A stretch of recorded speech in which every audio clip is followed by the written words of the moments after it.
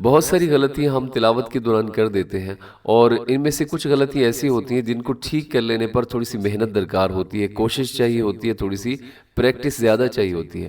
لیکن یقین جانیے ہماری بہت ساری مسٹیک ایسی بھی ہوتی ہیں کہ جن کو ٹھیک کر لینے پر 1 منٹ سے بھی کم ٹائم لگتا ہے، وہ صرف ہماری لا علمی کی وجہ سے ہم وہ غلطیاں کر رہے ہوتے ہیں، ادروائز وہ ٹھیک کر لینا کوئی بڑا ایشو نہیں ہوتا۔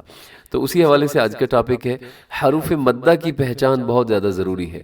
حروف مدہ کون سے ہیں؟ حروف مدہ صرف 3 ہیں، ایک ہے الف مدہ اور واو مدہ اور یا مدہ۔ آج ہم صرف الف مدہ کے بارے میں پڑھیں گے۔ الف مدہ کون سا ہوتا ہے؟ الف مدہ الف سے پہلے والے حرف پر زبر آ جائے تو اس الف کو الف مدہ کہا جاتا ہے۔ ہم نے اس کو کھینچ کے پڑھنا ہے۔ کتنا کھینچنا ہے؟ تقریباً 1 سیکنڈ تک، 1 الف کے برابر ہم نے اس کو لمبا کرنا ہے۔ اس کی ایگزامپل دیکھیے گا، جیسے با زبر الف، اب الف سے پہلے با ہے، با کے اوپر زبر آ رہی ہے، تو یہ الف کون سا ہے؟ اگر آپ سے سوال ہو تو آپ نے جواب دینا بھائی یہ الف مدہ ہے۔ اس طرح جیم، الف سے پہلے جیم کے اوپر زبر ہے تو یہ آگے بھی الف مدہ ہے، اور نیکسٹ جو ہے وہ بھی الف مدہ ہے۔ اب اس کو ہم نے کھینچ کے پڑھنا ہے، تھوڑا سا لمبا کرنا ہے۔ با زبر الف با، جیم زبر الف جا، تا زبر الف تا، حا زبر الف حا۔ اب اس میں غلطی کیا ہوتی ہے کہ اکثر لوگ پڑھ دیتے ہیں با زبر الف با، جیم زبر الف جا، یا جیم الف زبر جا، جیسے آپ پڑھ لیں جیم زبر الف جا، یہ غلط ہے۔ جیم زبر الف جا، یہ لمبا میں نے کیا کیونکہ الف مدہ ہے، اگر میں لمبا نہیں کروں گا تو الف مدہ ادا نہیں ہوگا۔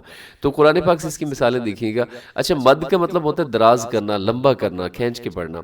تو قرآن مجید سے اس کی مثالیں دیکھیے گا، جیسے لفظ ہے قال، اب میں نے قا کو لمبا کیا کیونکہ قاف کے ساتھ آگے کیا ہے؟ الف ہے، الف سے پہلے زبر تو الف مدہ ہے۔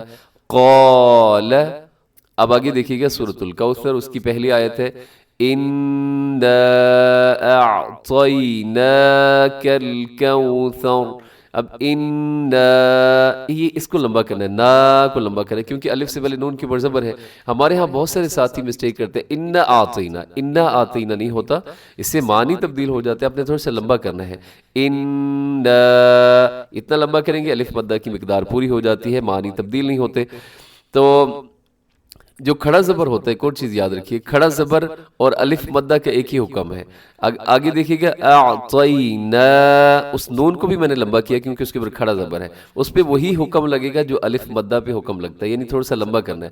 اس میں لوگ کیا کرتے ہیں اعطیناک الکوثر، اعطیناک، یہ تو غلط ہے، اعطیناک الکوثر۔ نیکسٹ واو مدہ اور یا مدہ کے بارے میں ہم پڑھیں گے۔ السلام علیکم ورحمۃ اللہ وبرکاتہ۔